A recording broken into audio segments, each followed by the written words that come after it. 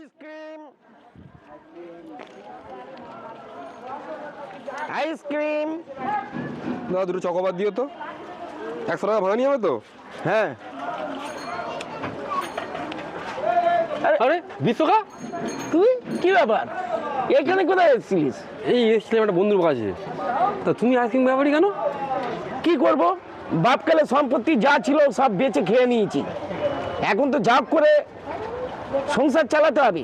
এই বললে নস্ক বাড়ি ছেলেরা কাজ করে না, হ্যাঁ বসে বসে খায়, সব এত বড় বড় ডায়লগ মারলে সব হয়ে গেল।